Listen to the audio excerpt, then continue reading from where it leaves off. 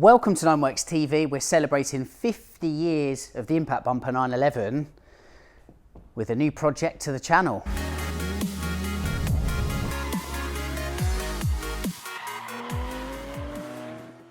So yeah, look, as you can see from the usual surrounds, usual confines of the workshop here at Wrightune, for once we're not talking about shoddy Irish Green 996s, we're switching to air-cooled impact bumper goodness. You're going to see quite a lot of this car on the channel in the coming months. It's not actually my car, it belongs to Chris and the team here at Wrightune. We're going to find out a little bit more about why the car has been bought shortly, have a look around at its general condition before it goes on a bit of a journey, which we'd very much like to take you guys and girls on. So let's get Chris in front of the camera to find out a little bit more. Why have you bought the car, mate? Pretty simple, really. Obviously, we love them. I always want an air-cooled car, but also I want to showcase what we can do as a company. I think sometimes people forget. We get a lot of, we do a lot of air-cooled engines, gearboxes. We get shipped a lot of small parts of jobs, suspension. We have restored a lot of cars, but I think I would like to do more of that. I'm passionate about it. I'm going to do it with my own car and show everybody what we can do. And also, if we can along the way, improve it, maybe make it a bit faster, handle a tiny bit better. And maybe have some fun, mate. You know, you fix exactly. Everybody else's car, you know. We've just lowered it, blacked out the wheels, yellow lights. We did rebuild the engine. That was for a previous client who owned it. I wanted to buy an old rotter, but everyone wanted too much for them. So what we've got here is a really good base car. This is fine. And a lot of people said you're mad to start messing around with it too much. Okay. So there is a consideration whether we do some modifications that are easily returnable. Okay, because it's 93k on the clock. Is that genuine? Yeah, I believe it is, yeah. But having said that, I would like to do everything, strip the car right back, make sure that the chassis is as good as we think it is, full repaint, full interior, do some modifications to the engine, even though it's already been done, take it apart, do it again to our specification, maybe increase the displacement, do a few tweaks. Gearbox could do with a refresh. Obviously we work on these cars, so we see them often more underneath, so I want the underneath so we can eat dinner off of it. Some nice suspension work on there. Consider things like electric AC, improving, like you mentioned earlier, the Sport Classic radio. And yeah, so it's like, it is, although it's a nice car, to us it's a blank canvas, so that's it really. And yeah, I want to improve an already very nice car. Yeah. So, you know, we have invited people to comment on what they think you guys should do with the car, really. Whenever anybody asks me for an opinion, what do you think of this car? Should I buy this? Should I do that? My first retort is always, what are you going to use it for?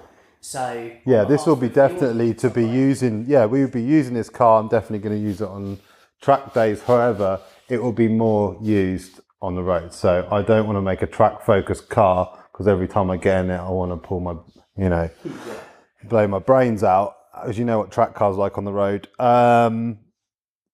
We want some more power, better brakes, better suspension, and just enjoy it. Maybe on some of the trips, sorts of places I'd like to go in the UK as well as in Europe. And this is something that you could do this with. With that in mind, let's take the car out for a drive.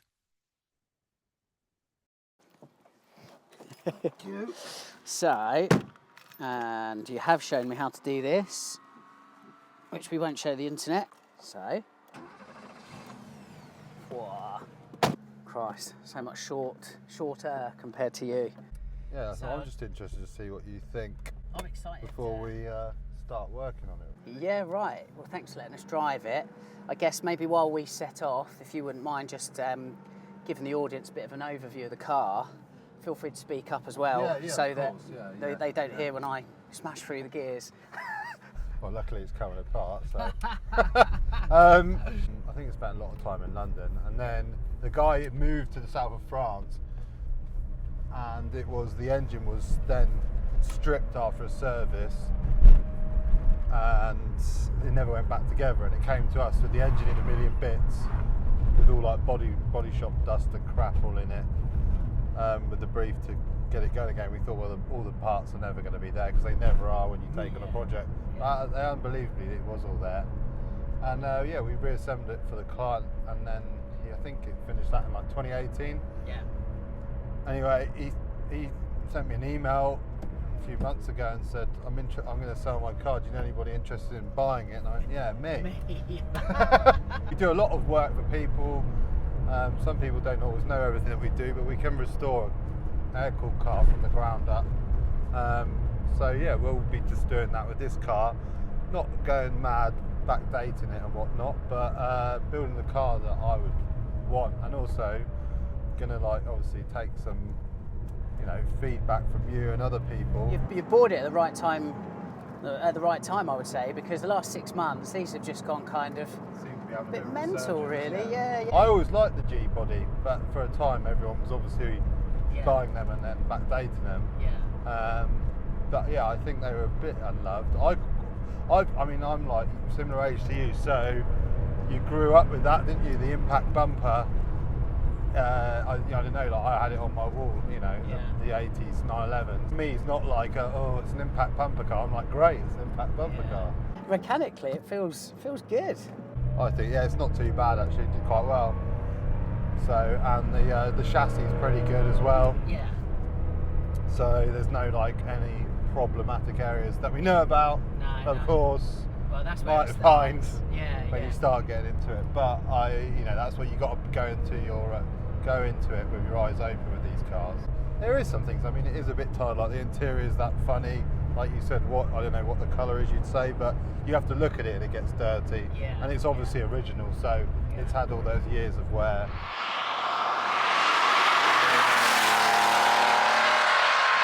I did like a little WhatsApp video for works drivers on the Driven Not Hidden Collective, and because you said I'd quite like to know what do people think of this car. You know, what do you think?